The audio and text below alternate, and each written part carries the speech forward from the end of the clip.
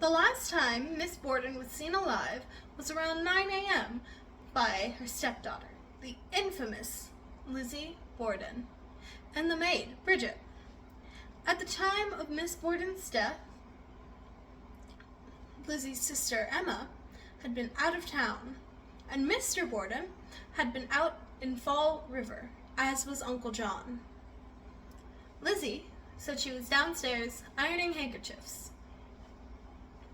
Miss Borden was killed in the room where her Uncle John had stayed the night before.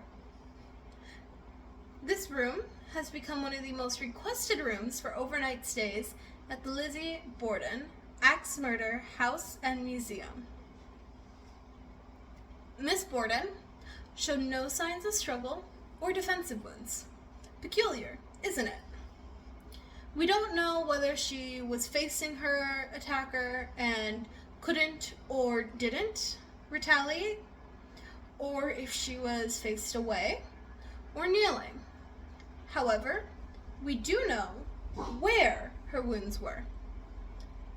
One was on the left-hand side of her head, right above her ear. A second was between the shoulder blades, about 4 inches deep. The remaining 17 were to the head and neck, for a total of 19.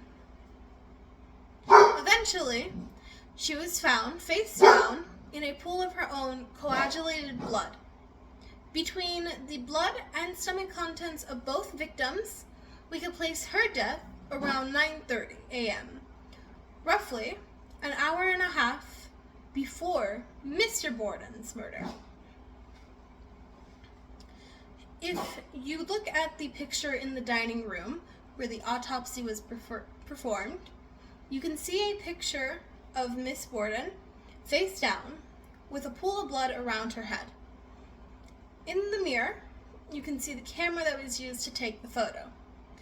Did you know that the Borden